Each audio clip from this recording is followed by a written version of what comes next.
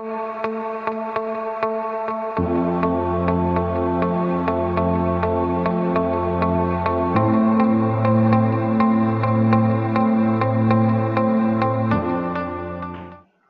a todos, eu estou preparando um vídeo, com algumas aulas da disciplina de Introdução à Estatística e Métodos Computacionais, Ferramentas Computacionais aplicadas para análise estatísticas.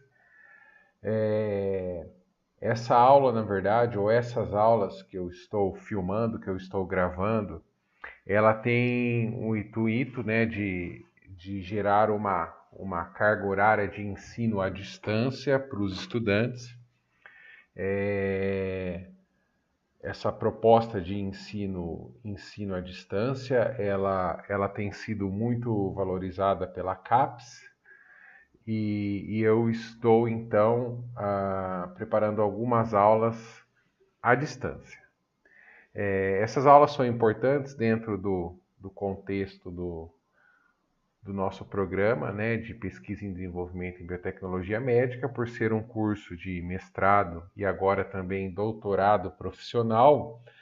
A gente espera, que os alunos desenvolvam suas pesquisas ou em ambiente de trabalho, ou alguma pesquisa que esteja associada com alguma demanda do mercado. Então, muitos dos nossos alunos trabalham, estão no setor produtivo, e como essa disciplina de introdução à estatística, ela teve sua carga horária aumentada, algumas aulas elas foram introduzidas nas quintas-feiras. A gente sabe que muitos estudantes não têm disponibilidade de participar na quinta-feira das aulas. Então, eu preparei essas aulas com o intuito de que o aluno possa estudar à distância, alguns temas da nossa disciplina.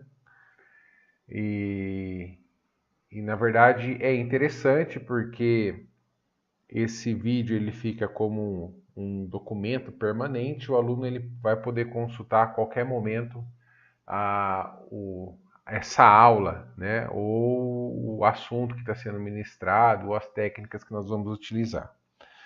Então, o primeiro tema de ensino à distância, que será ministrado dentro dessa disciplina, é o tema da curva ROC. A curva ROC ela é um dos testes estatísticos, uma das análises estatísticas mais importantes dentro do contexto da biotecnologia médica. Ela é muito utilizada para avaliar o poder preditivo de testes de exames diagnósticos. Tá? Então eu vou falar sobre esse tema e vou apresentar uma introdução teórica sobre o tema, e depois nós vamos mostrar alguns exemplos de como calcular a curva ROC, e parâmetros importantes dessa curva utilizando o software R.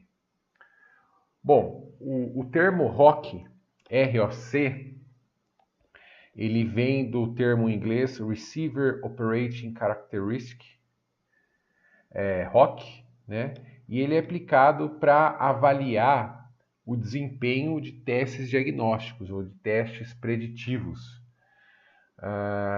Então ele é utilizado em muitas circunstâncias, para avaliar se um teste, ou um exame, ou um preditor, ou um biomarcador é eficiente para classificar o indivíduo como, por exemplo, doente ou não doente, em um estado A patológico ou um estado B patológico, e coisas desse tipo. Um ponto de vista mais conceitual, assim, com fundamento mais fundamentado conceitualmente, num jargão mais adequado para a área estatística, a gente pode dizer que o teste, ROC, ele é utilizado para verificar se as instâncias podem pertencer ou não pertencer a uma determinada classe. Então a gente já discutiu na aula o que são instâncias e classes e acredito que vocês já conhecem esses termos. Bom, não tem como falar de curva ROC sem falar sobre distribuição normal, né?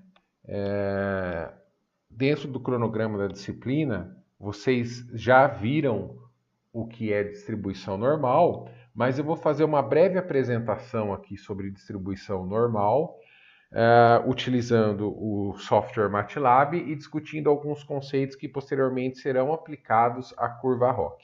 Tá? Bom, então eu preparei alguns comandos aqui no software MATLAB que irão gerar gráficos que nos irão permitir discutir um pouco sobre distribuição normal. Então eu já digitei alguns comandos aqui. Eu tenho um primeiro comando, isso no MATLAB. O R ele tem comandos similares, mas eu preferi utilizar o MATLAB porque é mais fácil gerar os gráficos aqui e depois exportar as variáveis para o Excel. Bom, eu tenho um primeiro comando aqui que eu selecionei, né? Que ele gera números aleatórios, né, com distribuição normal. Ou seja, nós já discutimos o que é uma distribuição normal. Distribuição normal é aquela cujos valores apresentam uma tendência dentro de um histograma, né? E esses parâmetros eu consigo controlar dentro desse comando. Então, esse comando R igual norm RND, ele vai gerar, então, números aleatórios com uma distribuição normal, cuja média desses números é igual a 3, que é esse primeiro valor, o desvio padrão é igual a 10, e ele vai gerar um vetor com 5 valores, né, dentro desses parâmetros que estão digitados aqui. Bom, mas esse é um comando bem genérico. Eu vou propor a seguinte situação. Vamos imaginar que a gente esteja analisando dois grupos de indivíduos. Tá? O primeiro grupo são alunos do primeiro ano do ensino fundamental. E o segundo grupo é composto por alunos do nono ano do ensino fundamental. E para esses dois grupos, a gente vai analisar uma variável que corresponde, então, à altura desses alunos. Tá? Então, eu vou propor o seguinte. Ao invés de gerar uma variável R, eu vou gerar números aleatórios com distribuição normal, que corresponde à altura média desses alunos. Então, eu vou digitar aqui no MATLAB o seguinte comando. Vou substituir a variável R por G1. G1, então, é o grupo 1 de alunos do primeiro ano do ensino fundamental. Vamos supor que essa altura seja medida em centímetros, então eu vou supor que alunos do primeiro ano do ensino fundamental tenham uma altura média de 1,30 m. Na verdade, eu vou digitar essa altura em centímetros, então vou colocar 130. Então, eu vou supor que esses alunos têm, em média, 130 centímetros, tá? Com um desvio padrão, mais ou menos 10 centímetros. É lógico que quando a gente gera uma distribuição normal, ela extrapola o desvio padrão, e a gente vai enxergar isso claramente no gráfico. E eu vou produzir, então, ao invés de apenas 5 valores, um vetor que vai de 1 até 5, eu vou produzir um vetor com 200 valores. Ou seja, isso corresponderia como se eu estivesse medindo a altura de 200 indivíduos dentro desse grupo 1. Então vejam que o MATLAB ele gera uma variável, aqui ele gerou uma variável G1. Eu posso abrir, quando eu abro essa variável a gente vê Na verdade, que ela é montada de uma maneira muito semelhante a uma planilha do Excel. E eu tenho aqui, ó, de 1 até 200 valores, até 200, que corresponde, então, a números aleatórios com distribuição normal, que no meu caso aqui, supostamente, correspondem à altura de alunos do primeiro ano do ensino fundamental. Então, eu tenho um aluno com 141 centímetros, eu tenho um aluno com 131 centímetros, eu tenho um aluno com 123 centímetros, com 115 centímetros e assim por diante, né? São números aleatórios. O MATLAB, ele tem dá um CLC para ele limpar a tela. Ele tem uma variável, um comando muito interessante que ele consegue plotar os dados em um histograma, como a gente já aprendeu a fazer, provavelmente, né, no Excel e também no R. Então, eu vou gerar uma variável H, que nada mais vai ser que o histograma do grupo 1. Vou dar o Enter. E vocês vão ver que ele montou um histograma, então, da altura dos alunos desse grupo 1. Então, vejam que, de fato, né, eu tenho uma altura média, o pico, né, dessa distribuição normal. Inclusive, ele faz um fit aqui de uma curva gaussiana, né? O pico dessa distribuição normal, ela está em 130.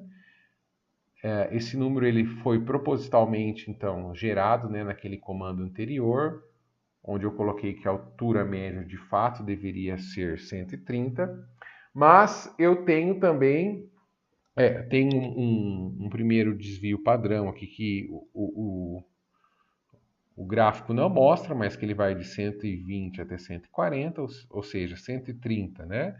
É a altura média mais ou menos 10, né? Então, ou seja, considerando o desvio padrão, a gente pode ter uma altura de 120 até 140. Mas nós temos também indivíduos outliers, né? Que ou são muito baixos ou são muito altos, né? Ou seja, tem altura menor do que 120, tem altura maior do que 140. Tá?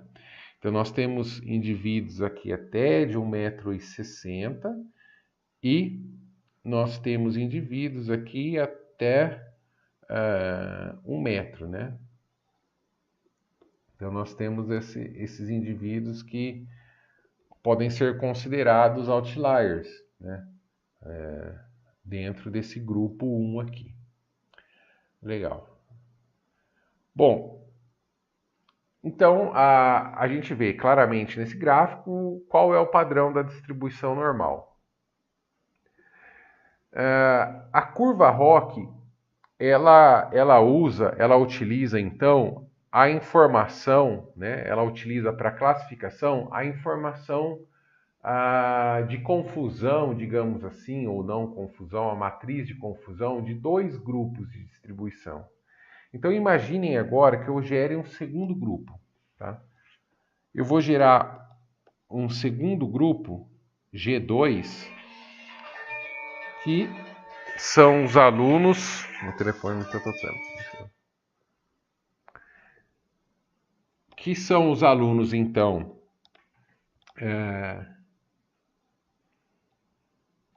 do nono ano do ensino fundamental, e eu vou supor, então, que esses alunos têm uma altura média de 160 centímetros com o mesmo desvio padrão, 10, né?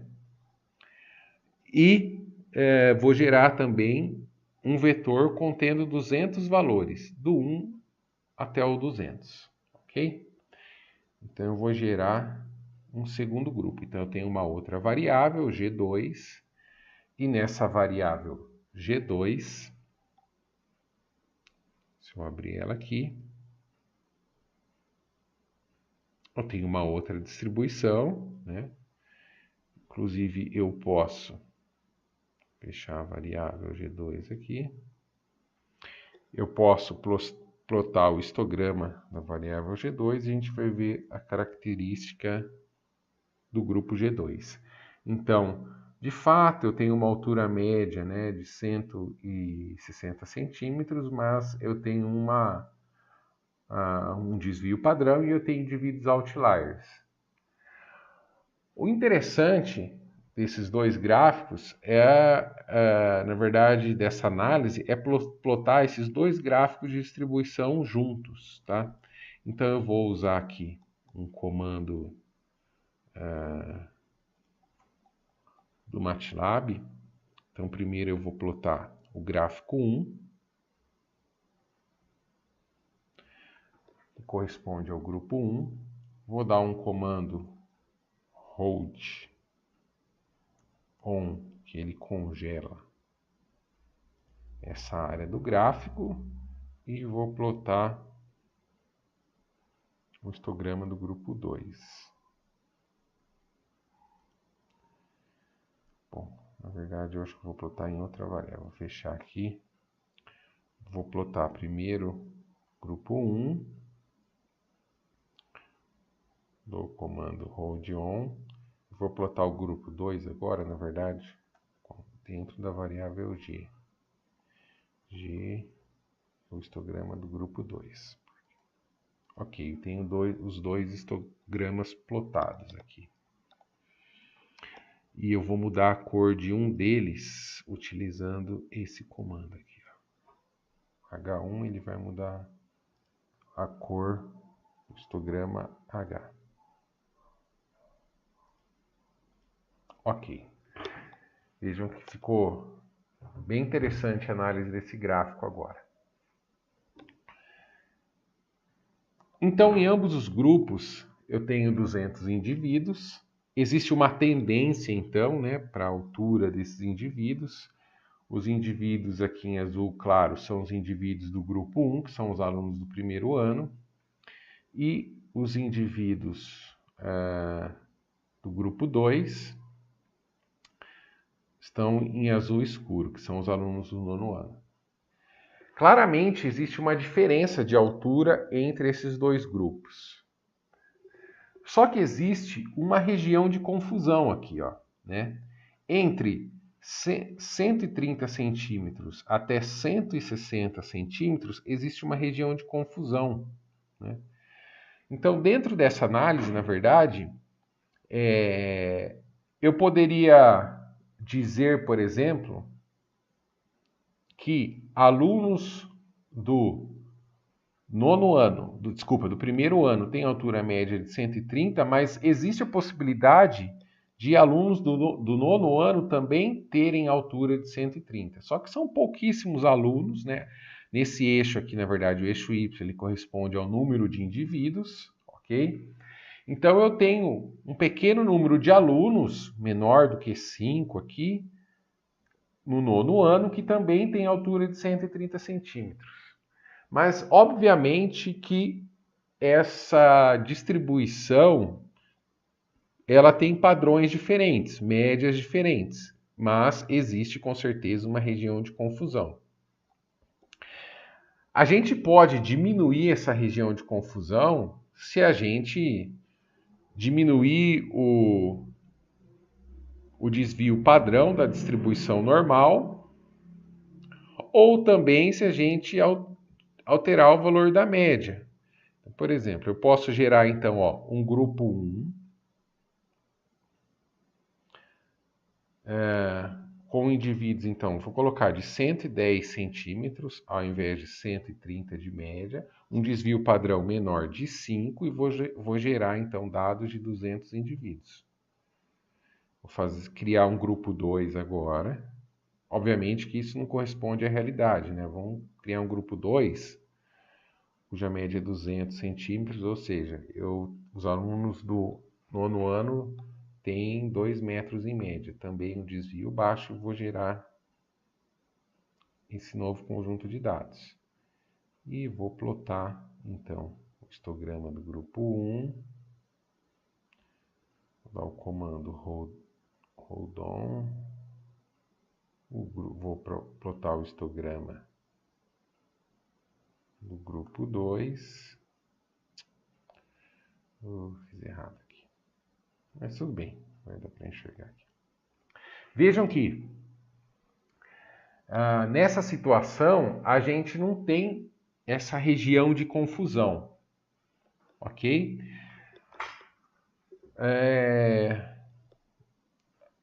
Claramente, então, não existe intersecção entre as duas distribuições.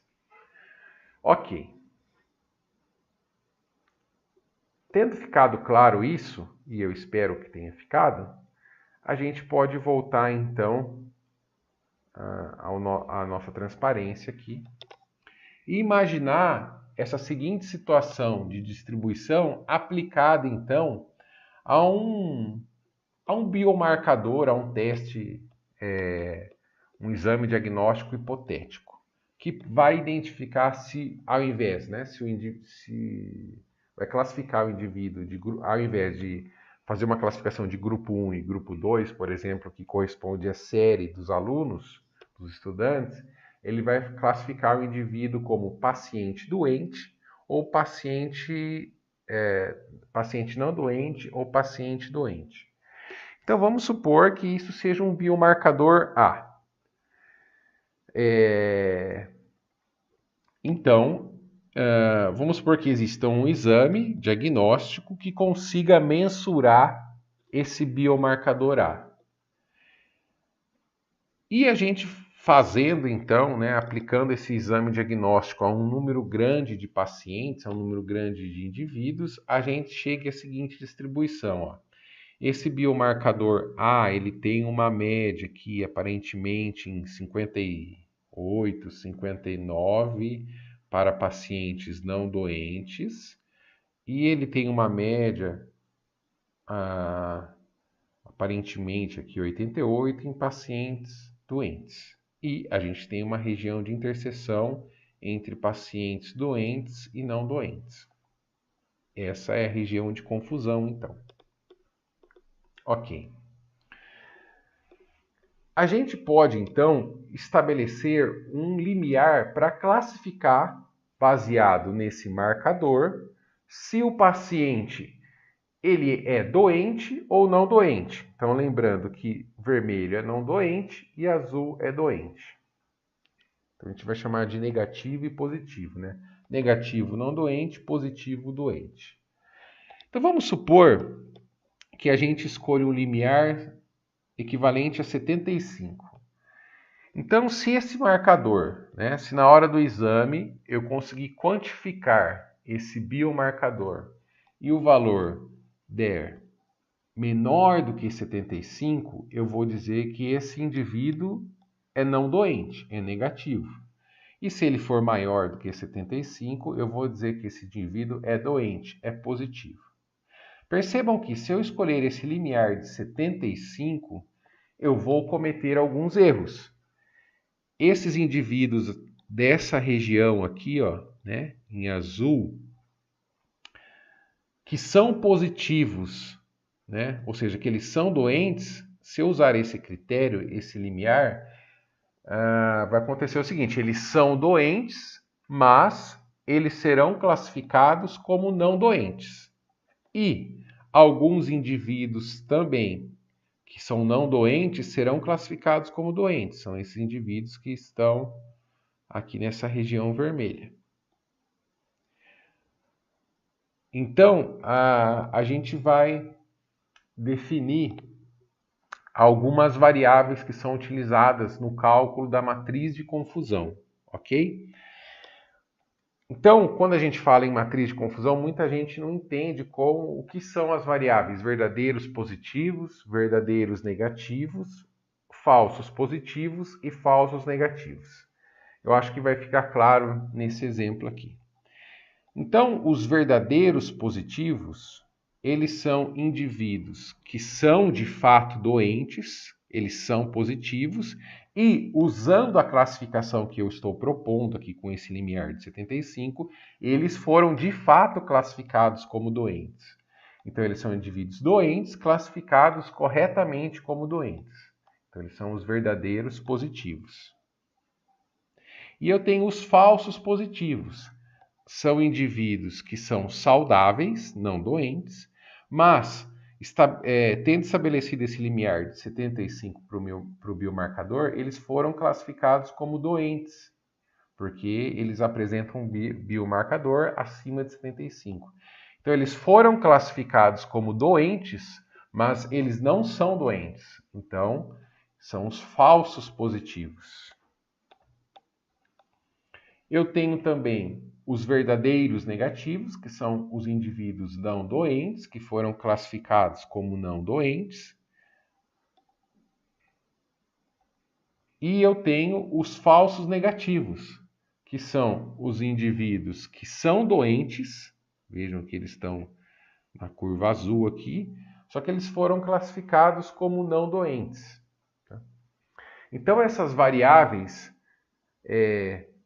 verdadeiros positivos, verdadeiros negativos, falsos positivos e falsos negativos, são variáveis que são utilizadas para calcular a matriz de confusão e, posteriormente, a curva ROC.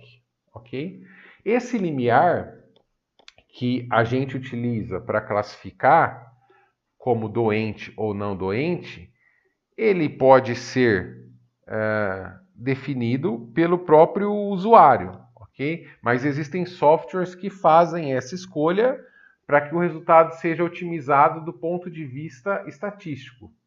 Mas a gente tem que lembrar que nem sempre o melhor resultado do ponto de vista estatístico é o melhor resultado, né, numa situação prática dentro do contexto médico. Então, a gente pode mover esse limiar para a direita. Veja que, se o limiar estiver nessa posição, todos os indivíduos negativos, não doentes, eles serão classificados como não doentes de fato. Agora, não vai, todos serão verdadeiros negativos, né? Eu não terei falsos negativos. Desculpa, falsos positivos. Mas esses indivíduos aqui, ó, veja bem, esses indivíduos que são positivos, muito deles, na verdade a maioria deles, serão classificados como negativos. Então isso é uma situação crítica dentro de um contexto médico. Imagine que chegue um indivíduo doente, você faça um exame diagnóstico, você quantifique o biomarcador. Se você usar esse limiar, você vai acabar dispensando esse indivíduo, né? Você vai falar, olha, você não está doente, né? Se você usar esse limiar, mas a grande probabilidade dele estar doente. E a gente pode mover esse limiar para a esquerda. Ok? Lembrando que, do ponto de vista médico, eu acredito que essa seja a melhor situação, né? Então, você tem praticamente todos os indivíduos que são doentes classificados de fato como doentes. Você vai ter uma grande parte também dos indivíduos não doentes classificados como doentes, mas posteriormente você pode fazer um exame complementar para de fato diagnosticar o indivíduo como doente ou não doente.